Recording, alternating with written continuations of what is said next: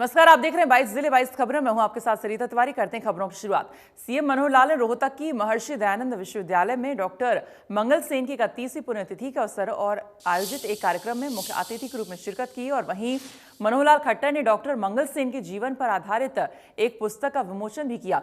इस दौरान सीएम ने कहा कि डॉक्टर मंगल सेन ने समाज के लिए बिना किसी स्वार्थ के काम किया और उनके अंदर समाज की सेवा करने की भावना बहुत थी।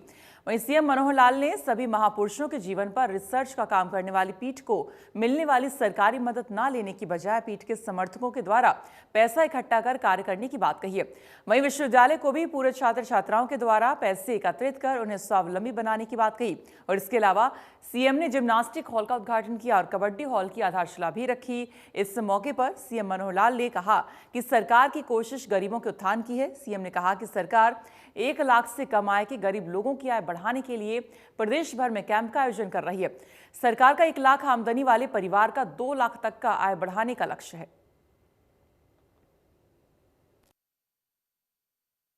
समय बदल गए हैं, हमको शिक्षा में, स्वास्थ्य में, हर एक चीज में आगे बढ़ना है।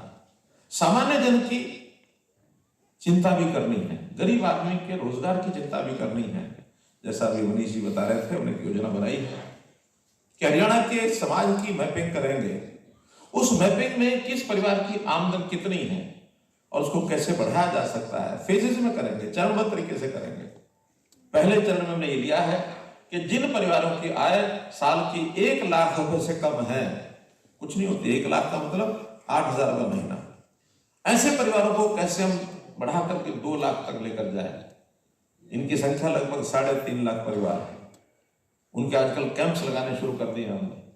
इस जिले में भी लगभग 10-12 कैंप लगेंगे। हरियाणा ने पहला एक ऐसा कार्यक्रम शुरू किया है कि हम अपने यहाँ बीपीएल परिवार जितने भी हैं, बाकी स्टेट्स को वोट करती है, हम ज्यादा बीपीएल परिवार घोषणा करें, बीपीएल बने ताकि सरकार से सहायता मिले। हम कहते हैं बीपीएल क्यों रखेंगे, सबको एपीएल करेंगे ना, क्यों करेंगे बीपीएल? हम कमा के खाएंगे, रात का 10 उंगलियां हमारे हाथ की हैं, हमारा शरीर सबका पुरुषार्थी शरीर है, मस्तिष्क है, दिमाग है, मेहनती लोग हैं हरियाणा के।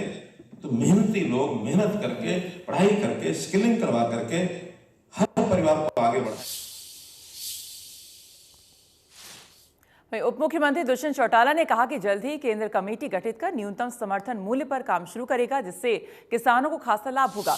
उप मुख्यमंत्री ने कहा कि हरियाणा देश का एक ऐसा इकलौता राज्य है जहां 19 तरह की फसल और फल और सब्जियों पर भावांतर भरपाई योजना लागू है। हरियाणा के इस कृषि मॉडल को अब दूसरे राज्य भी अपनाकर लाभ उठा रहे हैं। काम रुका ना, सरकार रुकी।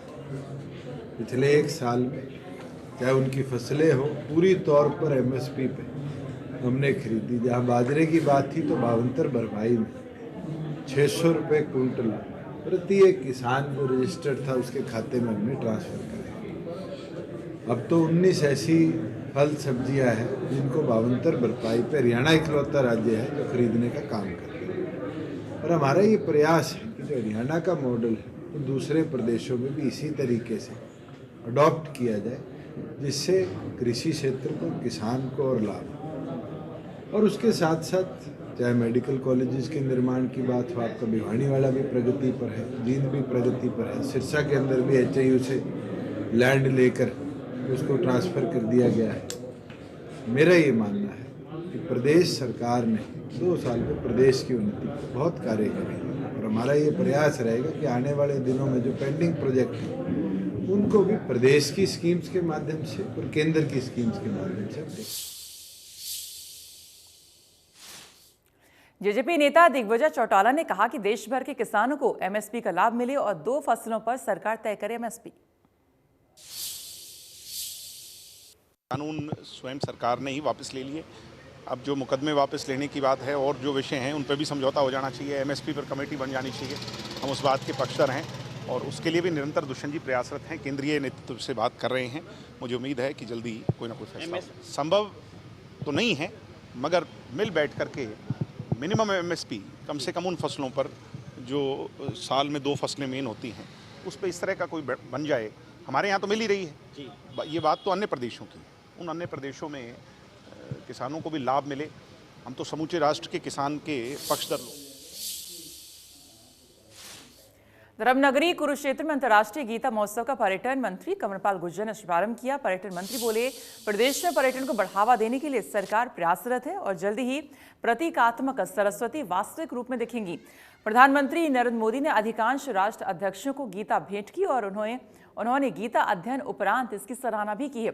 उन्होंने कहा कि जीने का तरीका और जीने का लक्ष्य गीता सिखाती है। पर्यटन मंत्री ने कहा कि हरियाणा सरकार पर्यटन को बढ़ावा देने के लिए प्रयासरत है और यही कारण है कि मोरनी में एडवेंचर एक्टिविटी शुरू की गई है और जल्द ही हथनी कुंड में तिलियार में भी इस तरह की गतिविधियां शुरू की जाएंगी।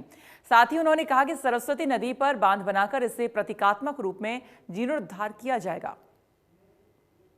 हमारी सरकार का पूरा प्रयास है, हमारी सरकार का पूरा प्रयास है और भारत सरकार का पूरा प्रयास है कि गीता का प्रचार प्रसार पूरी दुनिया में जोर शोर से होना चाहिए और उसके लिए हम प्रयासरत हैं। और मैं समझता हूँ कि दुनिया में आज इसका प्रभाव पड़ता भी जा रहा है।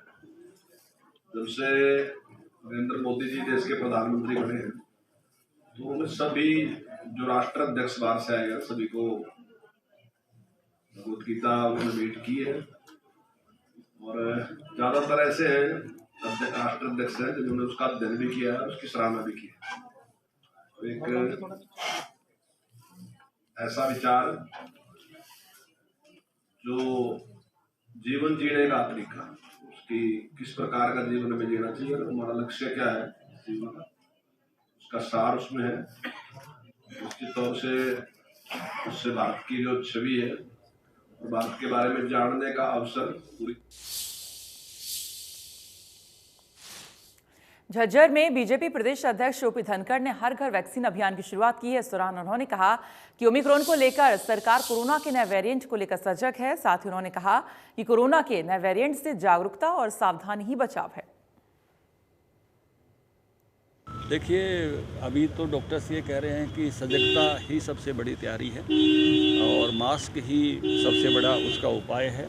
सरकार ने कुछ प्रतिबंध लगाए हैं कुछ देशों से फ़्लाइट आने पर और जो निगरानी बढ़ाई है जिस प्रकार से एयरपोर्ट्स पर, मुझे लगता है कि अब हम पर्याप्त इस विषय में जागरूक हैं और हमारी जागरूकता ही किसी आने वाले वेरिएंट से जो है हमारी सुरक्षा करेगी। अभी और इस पर आगे हमको क्या क्या सलाह, एक्सपर्ट मेरे सामने साथ खड़े हैं और देश में भी बहुत एक्सपर्ट हैं जो बताएंगे जो हमको कैसे उस रास्ते पर कोई बूस्टर डोज की तरफ जाने की बात कहेंगे या कोई और उपाय करने के लिए कहेंगे। लेकिन मुझे इस बात की खुशी है कि भारत अब इस विषय में पूरी तरह से एक सजग राष्ट्र है। जो भी डॉक्टर्स बताएंगे भारत के लोग अब उसका अनुकरण। कैबिनेट मंत्री कमलपाल गुर्जर ने यमुनानगर के जगाधरी सिविल हॉस्पिटल में ऑक्सीजन प्लांट का उद्घाटन किया। यमुनानगर जिले में ये चौथा ऑक्सीजन प्लांट है और इससे पहले यमुनानगर सिविल अस्पताल, ईएसआई अस्पताल और सरस्वती नगर अस्पताल में ऑक्सीजन प्लांट स्थापित किए जा चुके हैं। जगाधरी सिविल हॉस्पिटल में HDFC बैंक ने ऑक्सीजन प्लांट लगवाया है। कमलपाल गुर्जर ने कहा कि जैसा खतरा पूरी दुनिया में नजर आ रहा है उसे लेकर सतर्कता जरूरी है। ऑक्सीजन प्लांट लगने से अस्पताल में दाखिल मरीजों को ऑक्सीजन पर्याप्त मात्रा में उपलब्ध होगी और आसपास के इलाकों को भी जरूरत पड़ने पर ऑक्सीजन सप्लाई की जा सकेगी।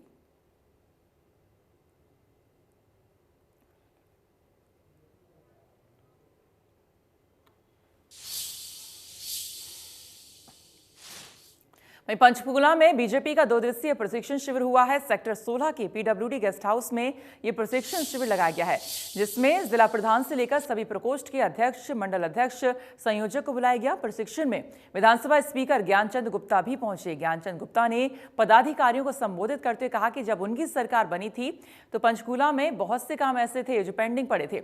बीजेपी की सरकार आने के बाद सभी कामों को तेजी से करवाया गया है। सिविल हॉस्पिटल इसकी सबसे बड़ी मिसाल है।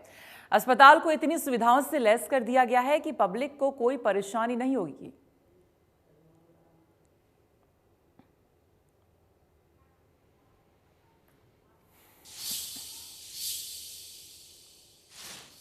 रेवाड़ी में दिल्ली जयपुर मार्ग अवैध वाहनों का हवाई बन चुका है हाईवे और 5 जिलों की DTO टीम ने बड़ी कार्रवाई करते हुए 368 अवैध वाहन पकड़े हैं।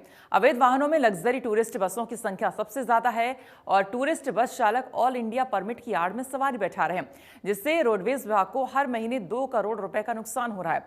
परिवहन विभाग की कार्रवाई के बाद जिला परिवहन कार्यालय की भी नींद टूटी है और 20 बस चालकों पर कार्रवाई की है।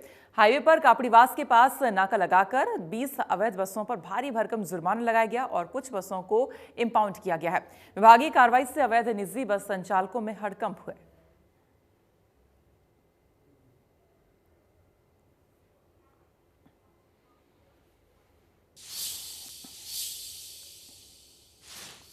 गुरुग्राम में प्रदूषण का एक्यूआई लेवल 370 तक पहुंच गया है। गुरुग्राम में दिन में स्मॉग भी बने रहता है। लोगों को काफी दिक्कतों का इससे सामना करना पड़ रहा है।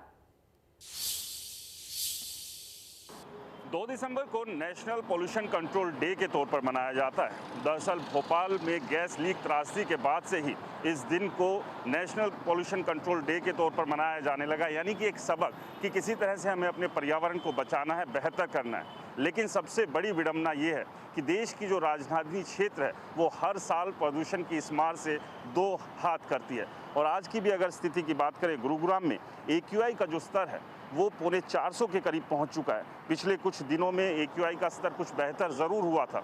उम्मीद जगी थी कि शायद इस जहरीली हवा से हमें राहत मिलेगी, लेकिन एक बार फिर दिसंबर का महीना शुरू हुआ है और एक्यूआई का स्तर लगातार तेजी से बढ़ रहा है। तस्वीरों में भी देखें तो जो इमारतें दूर जो नज़र आ रही हैं वो कुछ जो पिछले 2-3 महीने पहले उन्हें अच्छे से देखा जा सकता था, लेकिन स्मॉग की चादर कुछ इस तरह से है आसमान में कि बड़ी बड़ी इमारतों को भी देख पाना मुश्किल है। यानी कि जो धुआं है वो आसमान में पूरी तरह से जो है वो बना हुआ है। सड़कों पर दौड़ती गाड़ियों का धुआं, उड़ती धूल, कंस्ट्रक्शन साइट्स, इसके अलावा खुले में कूड़ा जलाना, ये तमाम वो कारण बनते हैं हर साल जिसकी वजह से दिल्ली एनसीआर के लोगों को इस जहरीली हवा में सांस लेनी पड़ती है। लगातार सरकारें और प्रशासन कहीं ना कहीं पराली और दिवाली पर ठीक छोड़कर अपने आप को बचाने की कोशिश करते हैं कि इन दो वजह से ये पोल्यूशन बढ़ता है। लेकिन आज सुप्रीम कोर्ट ने भी सरकारों को लताड़ा है कि अब पराली भी नहीं जल रही है, उसके बावजूद आखिरकार ये पोल्यूशन क्यों है और क्यों नहीं सरकारें और प्रशासन जो है इस पोल्यूशन पर नियंत्रण पा रहा है। तो तमाम वो कारण है जिसकी वजह से लगातार पोल्यूशन का स्तर बढ़ रहा है। स्कूलों को बंद किया गया था लेकिन एक बार फिर से खोल दिया गया है। जब स्कूलों को बंद किया गया था एक्यूआई कम था, लेकिन अब एक्यूआई का स्तर भी लगातार बढ़ने लगा है। तो तमाम तरह के प्रयास भी किए जा रहे हैं, लेकिन वो प्रयास धरातल पर पूरी तरह से उतरते हुए या उतने काफ़ी नज़र नहीं आ रहे जिससे कि इस प्रदूषण से कुछ राहत मिल सके। लेकिन इस सब के बीच सवाल ये भी है कि क्या सरकार और प्रशासन पर ही हम सारी जिम्मेदारी छोड़ दें, क्योंकि कहीं ना कहीं इसके लिए आम आदमी भी जिम्मेदार है, यानी कि हम भी इसके लिए बड़े जिम्मेदार हैं, क्योंकि खुले में कूड़ा हम जलाते हैं और अपने पर्यावरण को बचाने के जो प्रयास करने चाहिए वो भी नहीं करते। तो इस पोल्यूशन से अगर हमें निजात पानी है, बचना है और अपने भविष्य को बेहतर करना है तो मिलजुल कर ही इसके खिलाफ एक जंग लड़नी होगी, मिलजुल कर हमें सहयोग करना होगा, तभी इस प्रदूषण से अपने आप को बचाया जा सकता है और दिल्ली में हर साल जिस तरह से यह हवा जहरीली होती है इससे निजात मिल पाएगी। गुरुग्राम से राज वर्मा, इंडिया न्यूज़। फरीदाबाद की एयर क्वालिटी लगातार खराब होती जा रही है। फरीदाबाद में लगातार पोल्यूशन का ग्राफ 400 से ऊपर बना हुआ है। पिछले 2 दिन से बढ़ते स्मॉग की वजह से धूप भी नहीं निकल रही है। बढ़ती एयर क्वालिटी इंडेक्स की वजह से लोगों को मुश्किल हो रही है। फरीदाबाद में प्रदूषण लाख दावों के बावजूद भी कम होने का नाम नहीं ले रहा है। हरियाणा पॉल्यूशन कंट्रोल बोर्ड की बात करें चाहे नगर निगम की बात करें, तमाम तरह के दावे किए जा रहे हैं कि प्रदूषण को कम करने के लिए एहतियाती कदम उठाए जा रहे हैं। लेकिन फरीदाबाद की अगर स्थिति की बात करें तो अभी भी फिलहाल 481 जो बेहद खतरनाक श्रेणी में पॉल्यूशन पहुंच चुका है, जिसका एक्यूआई लेवल। और अगर मैं तस्वीर फरीदाबाद की दिखाऊं तो देखिए ये आज दोपहर का वक्त अब हो चुका है, लेकिन दोपहर के वक्त भी किस कदर स्मॉग और ये फॉग छाया हुआ है, जो हवा है वो पूरी तरह से जहरीली हो चुकी है। ऐसे में कहीं ना कहीं लोगों के लिए हालात मुश्किल हो चुके हैं। लोगों के लिए स्वास्थ्य विभाग की तरफ से, डॉक्टर्स की तरफ से कहा जा रहा है कि वो बेहद ज़रूरी हो तभी घर से बाहर निकलें। ख़ास तौर से यहाँ तक भी कहा जा रहा है कि अगर घर में भी रहना है तो अब एयर प्यूरीफायर लगा के रहें, तभी आप स्वस्थ रह सकते हैं। तो आप इस बात से अंदाज़ा लगा सकते हैं कि किस कदर फरीदाबाद का जो एयर क्वालिटी इंडेक्स है वो बढ़ता हुआ दिखाई दे रहा है। आसमान में धूप नहीं निकली है, और ये आज नहीं बल्कि कल भी ऐसा ही दिन था जब धूप नहीं निकली थी पूरे दिन, और आज दूसरा दिन ऐसा है जब इस फॉग की वजह से धूप नहीं निकल पा रही है। और ऐसे में आप समझ सकते हैं कि ये जो हवा जहरीली जो हो चुकी है उसकी वजह से लोगों को बेहद परेशानी उठानी पड़ रही है। फरीदाबाद के अगर आज की बात करें तो अगर एयर क्वालिटी इंडेक्स की, तो सबसे पहले मैं अगर आपको तस्वीर दिखाऊं तो ये देखिए आप, सेक्टर 16 HSPCB यानी कि हरियाणा पॉल्यूशन कंट्रोल बोर्ड का वहाँ दफ्तर भी है, उसी के इर्द गिर्द में 420 AQI लेवल पहुँच चुका है। इसके साथ अगर सेक्टर 11 की बात करें तो सबसे ज़्यादा फरीदाबाद में फ़िलहाल 481 पर एयर क्वालिटी इंडेक्स दर्ज किया जा रहा है। इसके साथ साथ में सेक्टर 30 433, NIT 416 पर एयर क्वालिटी इंडेक्स जो खतरनाक श्रेणी में काउंट किया जा रहा है। और ऐसे में आप समझ सकते हैं कि लोगों के लिए बेहद मुश्किल हालात हो चुके हैं, और यही वजह है कि तमाम तरह के दावे बेशक सरकारें कर रही हों, चाहे एजेंसी कर रही हों, लेकिन प्रदूषण का लेवल अभी कम होता हुआ नहीं दिखाई दे रहा है। हालांकि कहा जा रहा था कि दीपावली के कुछ दिन बाद एयर क्वालिटी का जो लेवल है वो नीचे आ जाएगा, लेकिन दीपावली को 1 महीना निकल जाने के बाद में भी अभी तक एयर क्वालिटी इंडेक्स जिस तरह से बढ़ता हुआ दिखाई दे रहा है, तो कहीं ना कहीं और जो वजह हैं बाकी उन वजहों पर भी सरकार को, निगम एजेंसी को, पॉल्यूशन कंट्रोल बोर्ड को ध्यान करना होगा कि आखिर और कौन सी ऐसी वजह हैं जिसकी वजह से फरीदाबाद की हवा पूरी तरह से दूषित हो चुकी है। फरीदाबाद से देवेंद्र कौशिक, इंडिया न्यूज। मेवात में उपायुक्त एवं जिला निर्वाचन अधिकारी कैप्टन शक्ति सिंह ने बताया कि निर्वाचन आयोग के निर्देश के अनुसार हर वर्ष मतदाता सूची के पुनरीक्षण का कार्य किया जाता है। इस प्रक्रिया में नए मतदाताओं के नाम जोड़े और काटने का भी काम किया जाता है। उन्होंने बताया कि जिले के अंतर्गत आने वाले 3 विधानसभा क्षेत्रों नामतः नूह, पुन्हाना, फिरोजपुर झिरका में रिटर्निंग अधिकारी और सहायक रिटर्निंग अधिकारी की तरफ से BLOs के माध्यम से मतदाता सूची के अपडेशन का कार्य किया गया है।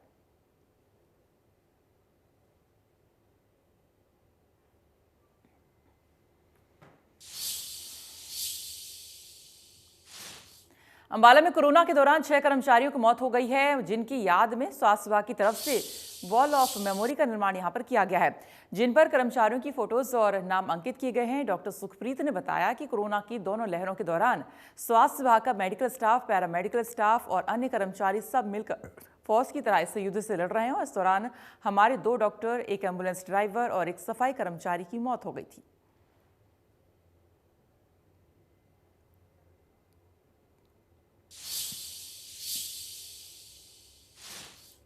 राजकीय मॉडल संस्कृति सीनियर सेकेंडरी स्कूल में शिक्षा, तकनीकी शिक्षा, व्यावसायिक शिक्षा, चिकित्सा शिक्षा और स्वास्थ्य सेवा के लिए गठित विधानसभा कमेटी ने दौरा किया। विधानसभा कमेटी के अध्यक्ष विधायक सीमा त्रिखा के अलावा पूर्व मंत्री कविता जैन, कमेटी सदस्य विधायक निर्मल चौधरी समेत अन्य नेता मौजूद रहे।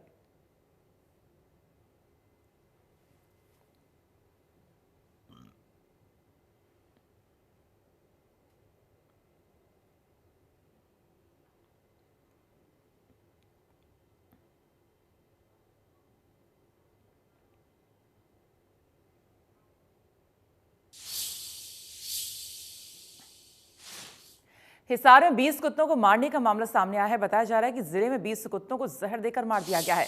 मिली जानकारी के अनुसार कुत्तों ने पोल्ट्री फार्म की जो जाली है उसे फाड़ दिया था और उसी के चलते पोल्ट्री फार्म के संचालक ने 20 कुत्तों को जहर दे दिया। सूचना पाकर मौके पर पहुंची पुलिस ने मृत कुत्तों के सैंपल लेकर जांच के लिए भेज दिए हैं। पुलिस की माने तो अभी तक किसी के खिलाफ मामला दर्ज नहीं किया गया है।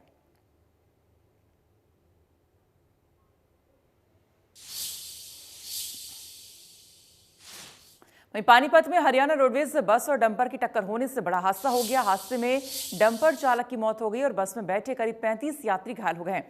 घायलों ने बताया कि रोडवेज बस ड्राइवर की लापरवाही से सड़क हादसा हुआ है। ज्यादा स्पीड होने के चलते बस चालक ने डंपर को पीछे से टक्कर मार दी। हादसे के बाद घायलों को पानीपत के सामान्य हॉस्पिटल में भर्ती करवाया गया है। कुछ घायलों का निजी हॉस्पिटल में इलाज चल रहा है।